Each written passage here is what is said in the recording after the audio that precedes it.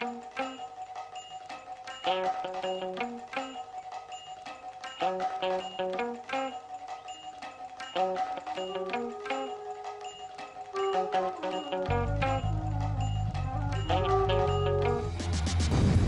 robarías un coche, no robarías un televisor, no robarías una película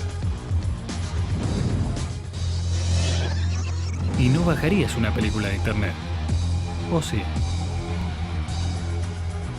La mayoría de las descargas de archivos de internet en nuestro país son consideradas ilegales. La aplicación de la ley en Argentina está dada por el marco legal vigente en Argentina, que es la ley 11.723, que cumplió 80 años en septiembre de 2013. El autor tiene, por definición, la autorización, la posibilidad exclusiva de autorizar o prohibir la explotación de su obra en cualquier forma. Esto es un concepto ya claro y omnicomprensivo. Todo uso que se haga de la obra sin permiso del autor es un uso ilícito, porque no se autorizó. Homologar y compartir cultura con un acto de piratería es efectivamente una declaración de guerra de la industria hacia aquellos que creemos que compartir es un bien social y que debe ser promovido. La ley de derecho de autor nace dentro de un contexto universal donde se reconoce el derecho de autor. Sin embargo, el derecho de autor es un recién venido en el campo de los derechos de propiedad, porque es una reacción del derecho a la tecnología. Y la tecnología que varió es la imprenta, que creó la necesidad de proteger a los autores de las obras literarias. Esto es una ley anacrónica. Tiene el problema de que está pensada para ser aplicada en un contexto tecnológico en el cual la violación de la ley solo es posible entre pares de la industria. Es decir, una ley acuñada en el 33 está pensada para infracciones entre un editor que hace una edición apócrifa, un editor que no le paga lo que debe pagar a un titular de derechos. Era una regulación pensada para la industria, para aquellos que tenían las posibilidades de infringir la ley. Internet cambió o está cambiando, cambió algunas prácticas, está cambiando las prácticas tanto de producción como de consumo. Digamos que hay tal velocidad de los cambios que no logran asentarse los patrones de conducta, o sea, las costumbres. Voy a dar un ejemplo antiguo a propósito. Ir al cine o sentarse a ver televisión con la familia, con amigos, qué sé yo. Como antes escuchar la radio en familia o leer en voz alta. Son costumbres que llevan décadas. Ahora esas cosas no alcanzan a suceder. Porque los cambios, las posibilidades técnicas suelen recambiarse y transformarse mucho antes que una práctica se vuelva habitual y prolongada. Hoy día, las tecnologías digitales nos permiten a cualquiera de nosotros infringir la ley. Infringimos la ley, de hecho, cada vez que intercambiamos una canción, cada vez que nos pasamos un libro electrónico. Yo leí algo y te paso el PDF.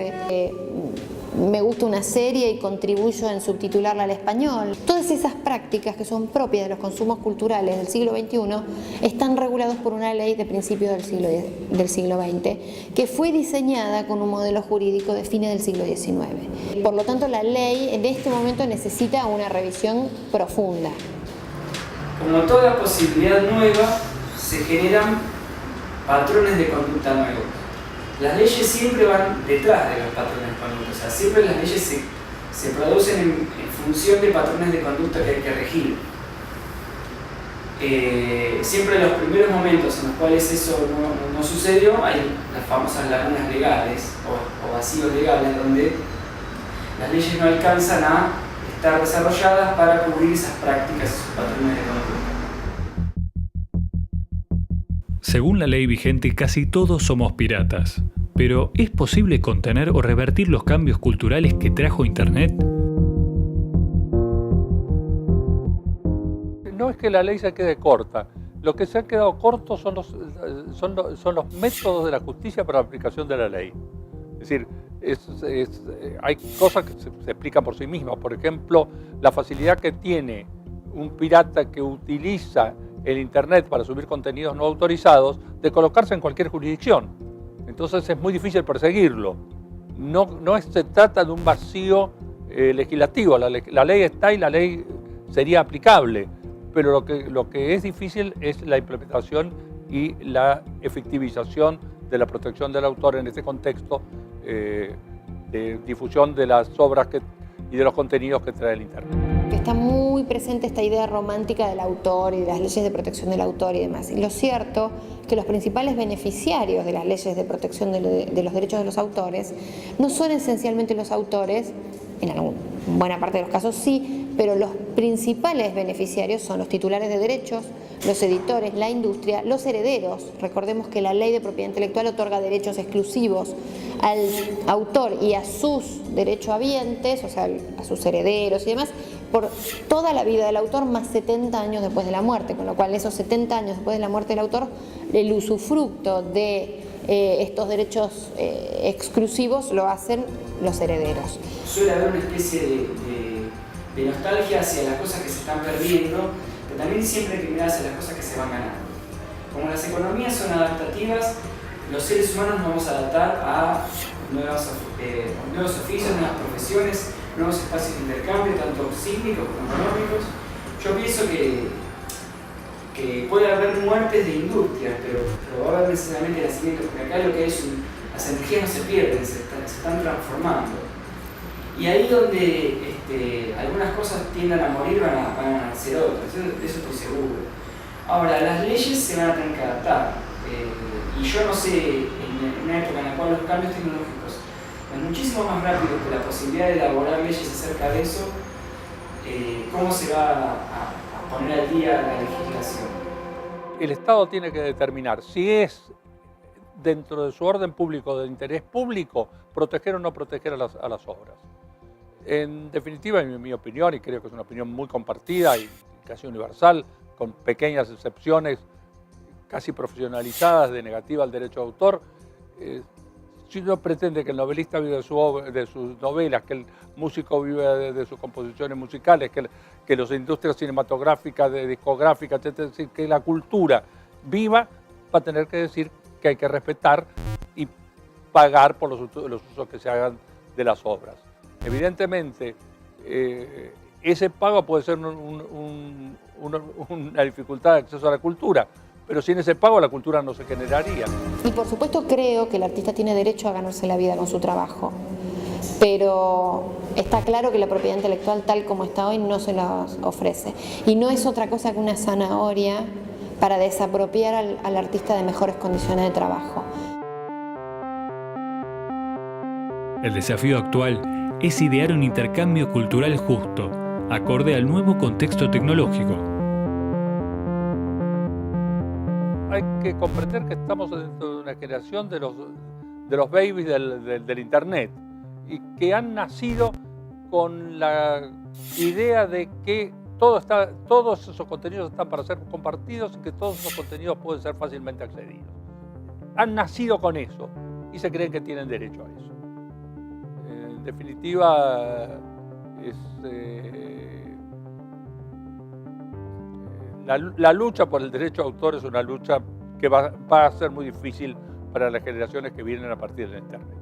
Entonces es muy difícil convencer a alguien que teniendo todos los medios puede compartir de que no lo haga. Las razones por las cuales la gente copia ilegalmente tienen que ver con un montón de miradas posibles. Creo que hay un poco de todo. Hay gente que sencillamente no sabe, no se lo cuestiona, no se lo pregunta. Hay gente que se lo pregunta, que sabe que es ilegal y lo considera legítimo. Yo estoy en ese grupo.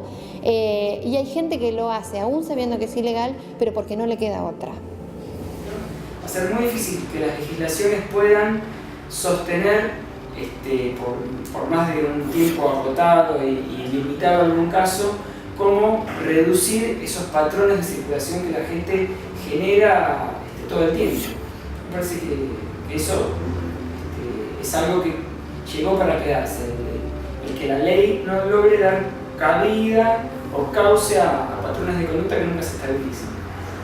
Si pensamos un sistema regulatorio de incentivo para la producción de más y mejores obras, tenemos que pensar primero si el monopolio es el medio y en cada caso tener una regulación propia para cada caso. Es distinto el cine de la industria discográfica, de la industria del libro, del teatro, de los autores amateurs que hacen y publican cosas en internet y que no quieren o nunca se han planteado la idea de tener propiedad intelectual o lucrar con eso que han hecho.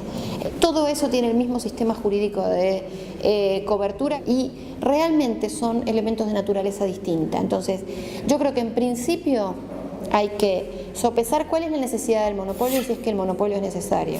Limitarlo estrictamente en el tiempo, al tiempo mínimo indispensable para que contribuya en el fomento y no frene la innovación. Proveer de amplias garantías de acceso y participación en la cultura. La necesidad es de barajar y dar de nuevo un sistema regulatorio que sirva efectivamente al objetivo de promover un nivel de vida digno para los autores, fomentar la producción de más y mejores obras y a la vez garantizar el derecho humano de acceso y participación en la cultura.